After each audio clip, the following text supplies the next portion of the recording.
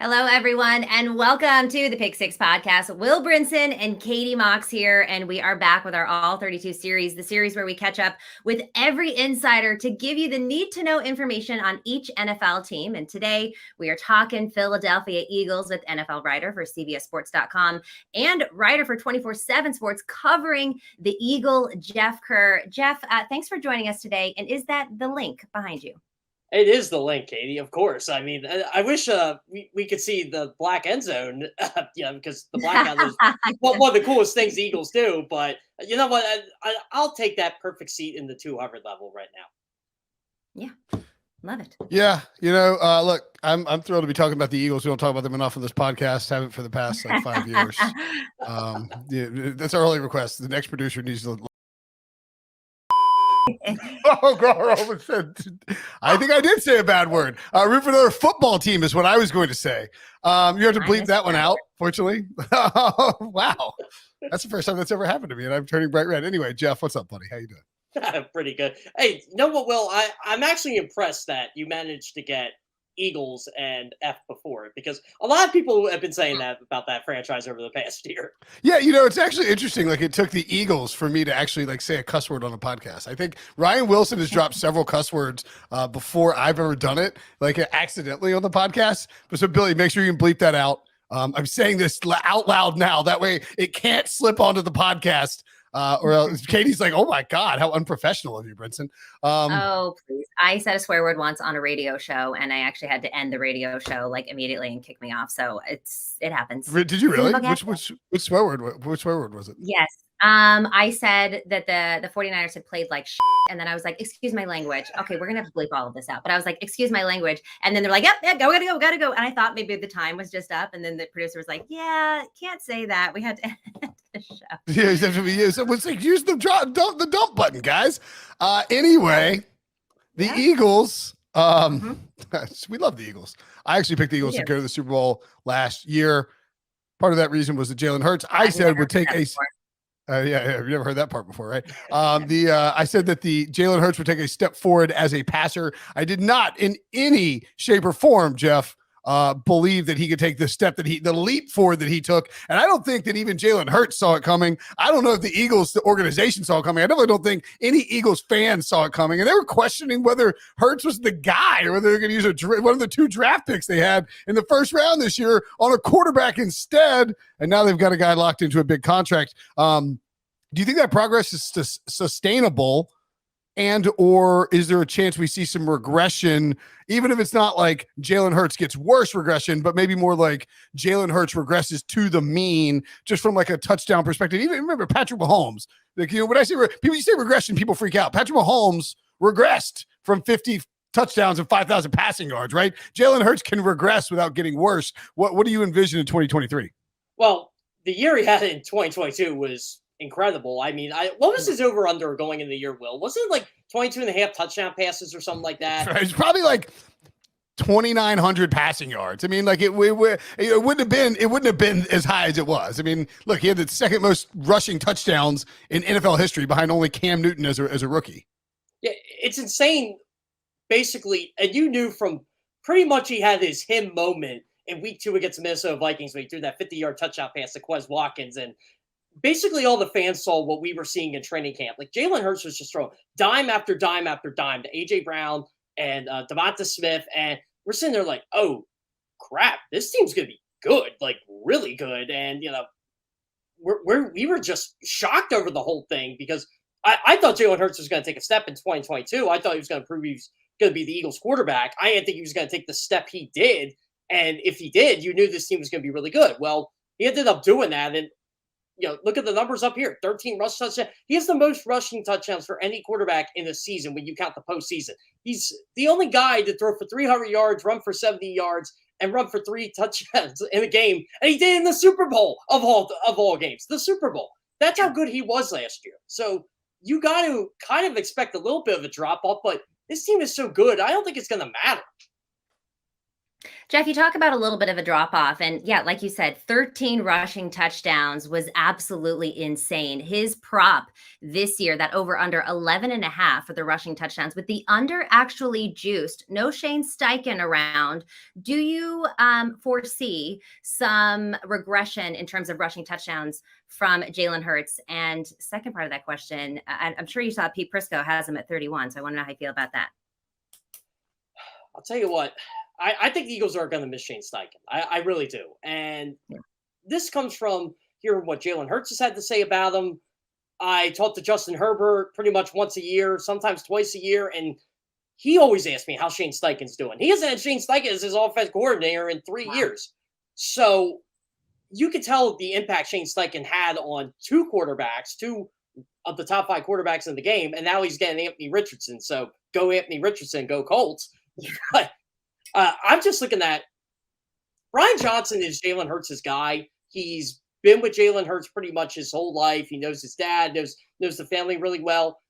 I just don't know how Brian Johnson is as a play caller. I think there's going to be some wrinkles in there, but they are going to miss Shane Steichen a bit because Shane Steichen was a really good play caller for them, and he just seemed to get the most out of the quarterbacks and developing quarterbacks. And if Hurts can take that next step under Johnson, great. But I think that might be why we might get a little bit of regression out of Jalen this year. Yeah. But it's like you said, Brinson, like Patrick Mahomes, he goes from 50 to 37 touchdowns. That's regression, but it doesn't mean like he probably played quarterback better at various points in 2020 than he did in 2019, or excuse me, 2019 they did in 2018, but like the numbers just weren't going to all like add up because touchdown percentage is just something that regresses and moves around and is sometimes lucky or fluky. You get instead of a passing touchdown, you get a pass interference right in the end zone, and then you get a 1 yard rushing touchdown for Miles Sanders or Boston Scott or Kenneth Gainwell or something. Yeah, exactly. And here's another thing. So when you're looking at, I think the numbers are low enough where they could go up, but maybe Jalen throws more interceptions. I think he only had 6 interceptions last year. Maybe he throws 9 or 10. Like, I don't think Josh Allen regressed because he led the league in interceptions last year. He was still Josh Allen. He was still really good. Exactly. All right, other side of the ball. Also saw a departure. Oh, no, actually, before we get to that, let me talk about the running backs, because Eagles fans, I feel like, and really everybody is like, they traded for DeAndre Swift. It's like, Howie Roseman is a genius. Oh, that's it. We've won the Super Bowl. It's over. Give us the rings. Give us the Lombardi. It's like, it's DeAndre Swift, guys. He's good. He's a friggin' running back. That's the right F word I meant to use with the Eagles. And look, like he was, I don't know, Detroit. It's not like they were, like, I don't know. He's a running back. He's a good running back. I think he's really talented. I don't think he changes the entire complexity of what the Eagles are going to do on offense. And I do think too, there's been a lot of rumblings and like just sort of chatter about the Eagles running back depth chart, because like Boston Scott and Kenneth Gainwell are beloved by the coaching staff. You can't see them going anywhere. Then you got DeAndre Swift and you got Rashad Penny. I mean, I guess Trey Sermon could be the odd man out here. RIP. How many ever thousands of dollars he cost me in an underdog best ball. But like, I guess I sort of wonder, how do you see this running back depth chart shaking out? Is there a chance that one of these guys is a surprise cut? And if they all make it, how do we see the touches sort of get distributed? What did you see in OTAs that led you to believe how they would operate? Well, I didn't see much of Rashad Penny, if at all, in OTAs. And I know that's the chatter, right? Is Rashad Penny healthy? Yes, he is healthy. But what I'm concerned about is, how is he going to last in training camp? Because if he lasts in training camp, I think he makes the team regardless. And I actually love Rashad Penny in this offense, right behind this offensive line. I mean, the guy's averaged 6.1 yards per carry the last 2 years when he's healthy. So you put him behind Jason Kelce and Landon Dickerson. Okay, game on. To me, DeAndre Swift, probably the Eagles' best pass catching running back since they had Shady McCoy, and that was 2014. So I think that's where he falls in the picture. Now, we were asking Nick about the running backs. The second open OTA practice, and he just pulls out Trey Sermon out of the hat. Like, oh, I think, you guys really underestimate Trey Sermon. And we're like, okay, so do you like Trey Sermon a lot more than everybody else likes Trey Sermon? Except me. Yeah, except for me. Exactly. So I'm looking at it as, is there a possibility all 5 of these running backs can make this team? I wouldn't put it past the Eagles to do some weird roster juggling there. I mean, again, they do have holes on this team at linebacker and at safety, and we'll get to that. But someone's going to be the odd man out here. And look, Boston Scott doesn't really have a lot of guaranteed money on that deal. That's a 1-year deal. Kenny Gainwell, he's going his 3rd year. I mean, I think Kenny Gainwell makes this team just based off his postseason last year. So maybe Trey Sermon and Boston Scott's the battle we're looking at if Rashad Penny makes this team. Boston Scott is the Giants killer, right? I mean, I think they're going to need him in division because he gets all of those touchdowns. But when you look at some of these season rushing yards, got DeAndre Swift, his over under 500.5 yards for the season. Rashad Penny higher than that, 625.5. And maybe that's because you said that Swift is more of the pass catching running back there. But who do you think is going to be the top dog? And when you look at these season totals, do you see DeAndre Swift going over 500.5 or Rashad Penny going over 625.5? I could see Rashad Penny going over 625 just because I think he's going to be the guy who ends up getting that 15, 20 touches per game if he's healthy. Now, again, this all depends on Rashad Penny's health because when he's healthy, he will probably get this team 800, 900 yards, maybe even 1,000 and probably 130, 150 carries. So, yeah, I would go Rashad Penny at the over on that. If we were doing yards from scrimmage with 500 with DeAndre Swift, bet the over. But running the ball, I think it's going to be more Rashad Penny. Kenny Gainwell's going to be a 3rd down guy. And again, if Boston Scott or Trey Sermon makes this team, I think they're going to get their carries. All right, let's take a break. When we come back, I will ask the question that I thought about asking you on the defense next. Even my teasers stink today. So I joked about the Eagles winning the Super Bowl by getting DeAndre Swift. They actually almost did win the Super Bowl, but a lot of people put some blame on Jonathan Gannon, the former defensive coordinator. A lot of people. I think the whole city of Philadelphia is hoping he never shows his face again. Really? So it's like that much vitriol in terms of Gannon? So they never liked Gannon to begin with. Philly fans' thing was, even though Jonathan Gannon had like a top 3 defense last year, well, what happens when he plays an elite quarterback? Well, and of course, elite quarterbacks end up putting up big numbers against any defense. It doesn't matter. And of course, Andy Reid and Patrick Mahomes, not like Mahomes put up elite numbers, but he was 13 and 14 in the second half of the Super Bowl. So, I mean, pick your poison there. But yeah, basically, Eagles fans did not want Jonathan Gannon riding home on the play with them, and he didn't. Yeah, he didn't. And he was also probably spending his entire week before the Super Bowl preparing for the Arizona Cardinals job, allegedly, if you read Mike Florio. Anyway, what should we expect with Sean Desai? Is it Sean Desai? Is that right? Yep, Sean Desai. Sean Desai, what should we expect from his defense in terms of scheme and how he's going to set it up? Will it be similar to what Gannon did? What was the thing Gannon got like in the fight with the media for? He's like, you never blitz. Or he's like, I blitz all the time. The metrics show that I blitz like 99% of the time. And it was like, what? That's not true. No, Jonathan Gannon never blitzed, and I know that's not a thing. Like they pressured, but he's right. They didn't blitz, and Eagles fans wanted him to blitz, and we asked him about that, and he just kind of went on a spiel, which is funny because Jonathan Gannon, he did get along with the media very well there. I will say that. Like after the NFC Championship game, when the players are going to the locker room, it's so random. I'm standing next to a couple of the guys on the Eagles beat, and Gannon's like wanting to give us fist pumps and wanting to give us high fives. I'm like, what's wrong with you, dude? Like, I've never seen a coach do that, but that's just how Jonathan Gannon was. He was an awkward guy, very smart. I will say that, but I don't know if he's going to be a good head coach in this league. I think he's a little in over his head, but I mean, Sean Desai, I think it's going to look a lot like Gannon, but I think you're going to see a couple twists, a couple wrinkles there. Maybe we'll see 3 safeties in there. I think that's where Sidney Brown comes into the equation. I do know Sean Desai's probably going to – I'm not going to say he's going to blitz more, but he's definitely going to bring more pressure right there. I think he's going to be sending more guys than what Jonathan Gannon basically said, I'm going to rush 4 and that's it. I think Sean Desai is going to use like a couple of, maybe put Hassan Reddick in kind of like that joker position. Same with Nolan Smith. That's why you got him. So I think we are going to see a little bit more, maybe more 5-man rushes, but I don't think it's going to be anything too crazy. All right, Jeff, how do we think that the Eagles are going to do this year? Their win total set to 11.5. That under juiced to -130. Looking at total wins in division, that line 4.5 with the under juiced to 220. The NFC East, one of the toughest divisions in the league right now. Do they get 12 wins? Do they get 5 wins in the division? I think the Eagles do get. I think they will go over 11.5 just because the NFC is terrible. I don't want to hear about. Oh, Okay, the Eagles fair. have this.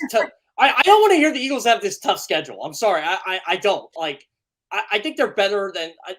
Nothing against the Giants. I think they're a better team, but overall, I think they overachieved last year at 9-6-1, and the Eagles seem to beat them anyway. So I think they take. Oh, I'm sorry, 9-7-1. Sorry, I forget we play 17 games now. That's so. annoying. So it remains annoying. So annoying. Yeah, and so I honestly I think there's only 2 teams that can really beat the Eagles in the NFC, and that's the Dallas Cowboys and San Francisco 49ers. So Hell yeah. yeah, everybody Nice. else, I'm just kind of like, yeah, okay, yeah, it's a tough schedule going into the year, but what's it going to look like after everybody kind of plays each other, right? I think their toughest stretch of the year is obviously that Kansas City, Buffalo, San Francisco, Seattle, Dallas stretch there. And they can go 3-2 during that stretch. They're winning 11 games easily, in my opinion. Yeah, I mean, I tend to agree with you that maybe the schedule is being a little bit overblown, but like you did, I mean, as you point out, it's like last year, it's like, well, what is he going to do when they face a good quarterback? And, you start to look at it. I mean, like at Kansas City, Buffalo, San Francisco. I mean, those are like 3 of the 4. If you throw the Eagles in there, those are several of the best teams in the NFL. Looking at other props, Jeff, does anything stand out to you in particular? AJ Brown over receiving yards, over under receiving yards, 1,100.5. And how do you think that the combination of and actually Devontae Smith and AJ Brown have the exact same over under for receiving yards, which is really fascinating because Devontae's headed into his 3rd year, incredible 2nd year, for a guy who was an incredible college player. Like, no surprise that he's really good. Good job, Howie, finally figuring out the wide receiver spot. And AJ Brown, connection with Jalen Hurts, immediate. I sort of wonder, how do you think the target share will sort of shake out? And would you go over or under those 2 identical numbers for AJ Brown and Devontae Smith? I think I would take the over on what Devonta Smith is. Like, since they have the same numbers. So Devonta Smith was top 10 amongst wide receivers in receptions, receiving yards, and receiving touchdowns. Oh, no, he was 13th in receiving touchdowns. I'm sorry. But he didn't have a catch the first game of the season. No catches, no yards. And that was the big topic after the first game. Oh, Devonta Smith might be frustrated, or Jalen Hurts ain't getting the ball to Devonta Smith. I'm like, Devonta Smith's really good. He's going to get the ball at some point. And it ended up being week 3. He had that big game against Washington. So I would do over-unders on Devonta Smith yards, Devonta Smith reception, Devonta Smith touchdowns. Yeah, there we go. Over 1,000 yards. Yeah, I think he gets that. It's 1,000.5. So, and AJ Brown is 1,100.5. That's on me for not being able to talk or read today. So I will tell you, I can't do anything well today. Although I will say that I did make a really delicious Mexican quinoa casserole. So I got that going for me. Can cook, can't talk or read. Apologies to all involved.